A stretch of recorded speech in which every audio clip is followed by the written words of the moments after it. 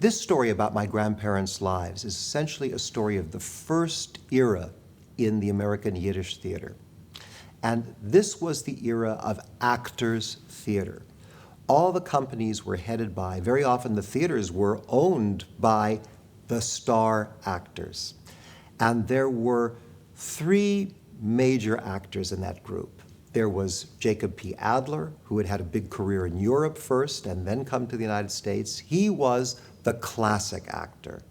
Then there was David Kessler, who was the great realist actor. And he was, for example, the first one who had eliminated music from his dramatic shows and just tried to focus more on the nature of the drama itself. And then there was my grandfather, who was the great romantic swashbuckling actor and great singer.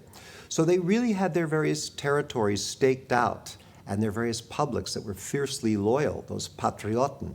And it is absolutely true that violent scenes used to take place between these different fans.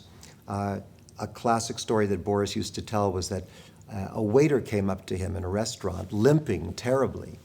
And he said, "Oh, Mr. Thomashefsky, I'm so happy to see you. You see this? You see my leg? You gave me this, Mr. Thomashefsky." And Boris said, "I gave you this? How can I?" He said, "Yes." He said, "Remember that the last time that Adler was doing Lear and somebody up in the balcony yelled, compared to Thomashefsky, he's a blechpunem, a tin face. And remember how the Adler fans got so mad they took that guy and they grabbed him and they threw him off the balcony? That was me."